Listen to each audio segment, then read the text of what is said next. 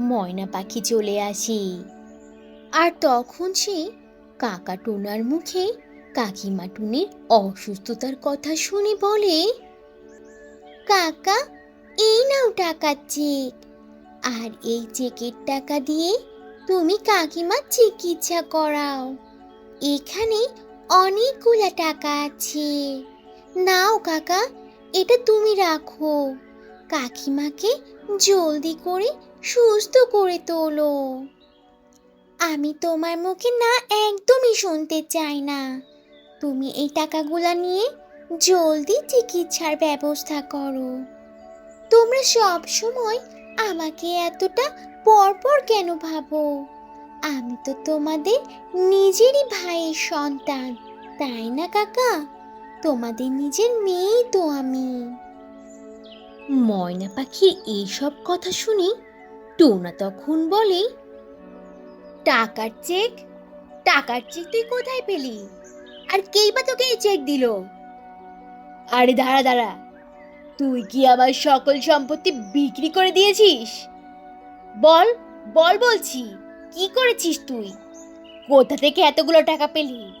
উত্তর দে, জলদি করে বল আমাকে। এতগুলো টাকা তুই কোথায় পেয়েছিস? কিভাবে আসলো তোর কাছে এই টাকার চেকটি? বল, এই ময়না পাখি, সত্যি করে বল আমাকে। টোনার মুখে এই সব কথা শুনি তখন ময়না পাখি কান্না করতে করতে বলে, না না কাকা, আমি তোমার বা আমার কোনো সম্পত্তি বিক্রি করিনি। আর আমি সেই যে তখন বনের বাচ্চাদেরকে পড়িয়েছিলাম, তাই বনের রাজা মশাই আমাকে সম্মানী হিসাবে এই চেকটি দিয়েছেন। এটা তুমি নাও কাকা। তুমি আর কোনো কথা বাড়িও না। এই চেক থেকে টাকা তুলে জলদি করে কাকিমার চিকিৎসা শুরু করতে হবে তো। তুমি যদি এরপরও কথা বলতে থাকো, তাহলে কিন্তু আমি কোনোভাবেই আর কোনো কথার উত্তর দিব না তোমাকে। জলদি করে তুমি যাও, কাকিমার চিকিৎসা শুরু করার ব্যবস্থা করো গিয়ে।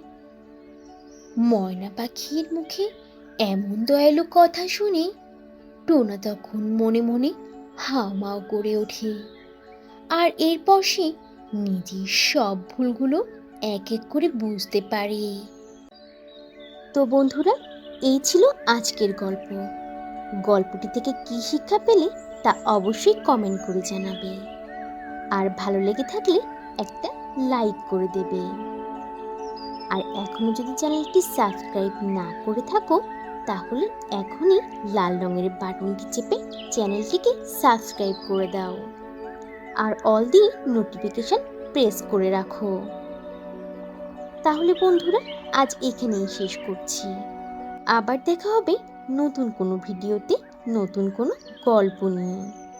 সে পর্যন্ত তোমরা সবাই ভালো থাকবে আর নিজেদের প্রতি খেয়াল রাখবে। আল্লাহ হাফিজ।